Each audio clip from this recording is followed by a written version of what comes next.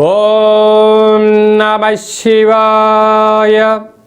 ఓం నమో నారాయణాయ.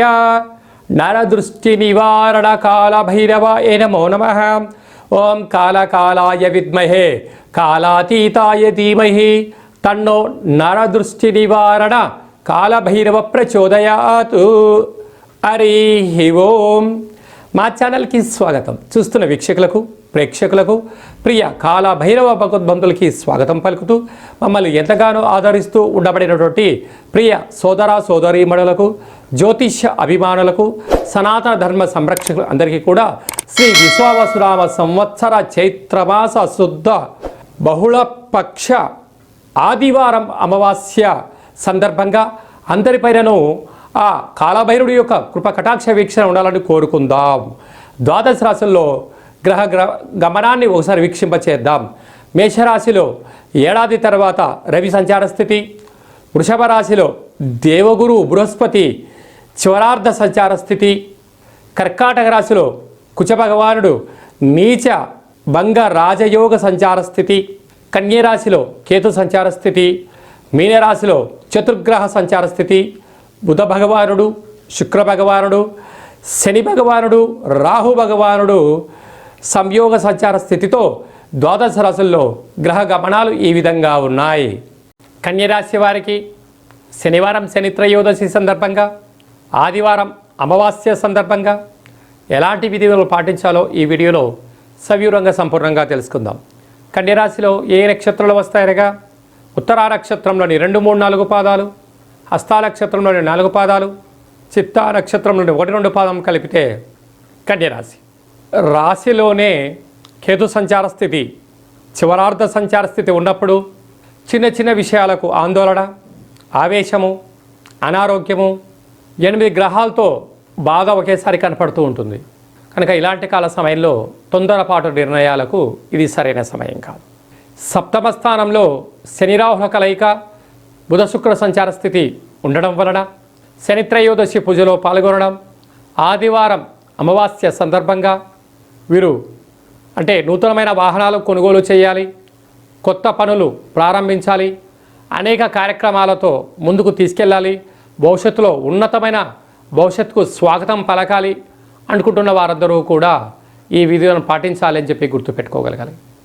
ఈ ఉత్తరా నక్షత్ర జాతకులు ఎర్రటి కుంకుమను అలాగనే తెల్లటి ఆవాలను వేసి ఎర్రటి గుమ్మడికాయతో దిశ పలగొట్టుకోవడం వలన నరదృష్టి, వాస్తుదృష్టి, శత్రుదృష్టిపై విపరీతమైన జన ఆకర్షణ, ధన ఆకర్షణ కలుగుతుంది.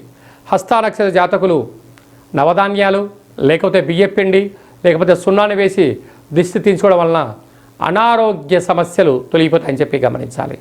అలానే చిత్తా నక్షత్ర జాతకులు 7 కలర్లు కలిగినటువంటి కుంకుమను వేసి దిష్టి తీర్చుకోవడం వలన కుజదోష, సర్పదోష, నాగదోషాలు తొలగిపోతాయని చెప్పి కూడా గమనించాలి. అష్టమంలో ఏడాది తర్వాత రవి భగవానుడు సంచారం చేస్తుండడం వల్ల దూరావాయు జల ప్రయాణాలు పెట్టుకోవద్దు. మౌనం, ధ్యానం, ఏకాగ్రత యోగదాయకం. భార్యాభర్తల భాగ్యస్థానంలో గురువు సంచార స్థితి ఉండడం వలన వీలైనంత వరకు మౌనంగా ఉండండి. మీరు చేసిన మంచి మీ గృహస్థాశ్రమ జీవితంలో మీరు మరో మెట్టుకు తీసుకెళ్లేటువంటి పరిస్థితి ఉంటుందని చెప్పి కూడా గమనించాలి. శ్రీ విశ్వావసునామ సంవత్సరంలో ప్రారంభకాల సమయంలోనే చైత్రమాసంలో కృష్ణపక్ష ఆదివారం అమావాస్య రావడము, శనివారం రోజు శని త్రయోదశి రావడం చాలా అరుదుగా జరుగుతూ ఉంటుంది. కనుక ఇలాంటి కాల సమయంలో మనమందరము కూడా ముఖ్యంగా పాటించాల్సిన విషయం ఏమిటయ్యారగా శని రాహుల సంచార స్థితి మీనరాశిలో ఉంది. కనుక అందరము కూడా వీలైనంత వరకు శనివారం పూట శని భగవానుని దర్శించి నల్లటి వస్త్రంతో ఆయనకు దీపాన్ని వెలిగించి నల్లటి నువ్వులతో అర్చన చేసి నల్లటి ద్రాక్షను దక్షిణ సహిత నల్లటి నువ్వులను అక్కడ ఉండబడిన బ్రాహ్మణోత్తములకు దానం చేయడం వలన శనిరాహుల దోషం తొలగిపోతుందని చెప్పి ప్రధానంగా గమనించాలి. అదే కాకుండా మనకు చైత్రమాసంలో శ్రీ విశ్వావసునామ సంవత్సరంలో ప్రారంభకాల సమయంలోనే ఆదివారం అమావాస్య అనగానే మనకు బాగా గుర్తొచ్చేటువంటి విషయం ఏమిటంటే తెల్ల జిల్లేడి యొక్క వృక్షము. తెల్ల జిల్లేడి యొక్క వృక్షానికి ఎవరైతే ప్రదక్షిణ చేస్తారో, వీలైతే అక్కడ దీపాన్ని ఎవరైతే పెడతారో, ఇంకొంచెం పరిస్థితుల ప్రభావం అనుకూలిస్తే ఆ యొక్క తెల్ల జిల్లేడు యొక్క వేరును తీసుకుని వచ్చి బాగా కడిగి సింధూరం పూసి ఇంట్లో ఒక లక్ష్మీ గణపతి పూజా కార్యక్రమం చేయించుకొని ఇంట్లో పెట్టుకున్నట్లయితే మనకు రాబోయే 7 తరాలకు అద్భుత రాజకీయ విద్య ఉద్యోగ వ్యాపార కార్యక్రమాల్లో విజయాలన్నీ మన సొంతమవుతాయని చెప్పి గమనించగలగాలి. కనుక మనకు ఈ ఆదివారం రోజున అమావాస్య రావడం వల్ల ఇంట్లో ఉండబడినటువంటి అందరికీ, గృహాలకి, మన వాహనాలకి, ఫ్యాక్టరీలకు, కర్మాగారాలకు ఒక కొబ్బరికాయతో, ఒక నిమ్మకాయతో, ఒక కూష్మాండంతో దిష్టి తీసి పగలగొట్టగలిగినట్లయితే అద్భుతమైనటువంటి సంవత్సరాంతము మనకి ఎలాంటి అష్ట కష్టాలు లేకుండా అష్టైశ్వర్య ప్రాప్తిని కలిగిస్తుందని చెప్పి కూడా గమనించగలగాలి. ఒక్కొక్క వ్యక్తికి అంటే వారి యొక్క పేరు పైన వారి యొక్క జాతకరీత్యా ఏమేం చేసుకోవాలో కూడా కింద నెంబర్ని మీరు సంప్రదించినట్లయితే ఆ రోజు ఏమేం కలుపుకోవాలి, ఎలా దిష్టి తీసుకోవాలో కూడా మీకు అన్ని వివరాలను సవివరంగా సంపూర్ణంగా కూడా తెలియజేయడం జరుగుతుంది. ఇంకను ఈ ఆదివారం అమావాస్య సందర్భంగా ఈ యొక్క పాత్రను అక్షయ పాత్ర అంటారు. అంటే ఎప్పటికీ కూడా నశించబడనటువంటిది అంటారు. కాళభైరవ స్వామి యొక్క అక్షయ పాత్రను మనం ఇంట్లో పెట్టుకొని ఇలా శబ్దం చేసినట్లయితే ఓంకార శబ్దం రావడం జరుగుతుంది.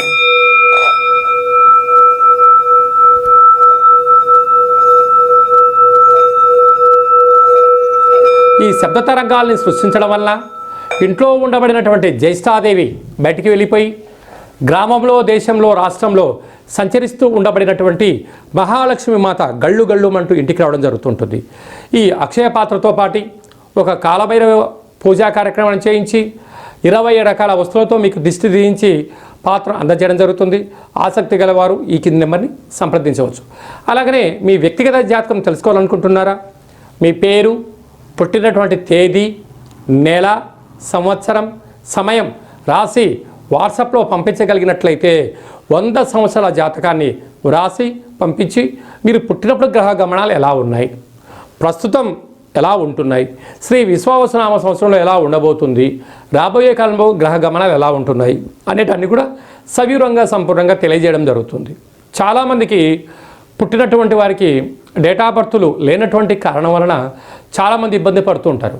మీ యొక్క పేర్లు యొక్క మొదటి అక్షరాన్ని అనుసరిస్తూ రాశిని తెలియజేస్తూ రాశి యొక్క ఆదాయ వ్యయాలు, రాశి యొక్క పరిస్థితులు అన్నీ కూడా తెలియజేయడం జరుగుతుంది. అలాగనే కాలభైరవ ఉపాసన చేత రమణ శాస్త్రం ద్వారా భూత, భవిష్యత్, వర్తమానాన్ని తెలియజేయడం జరుగుతుంది.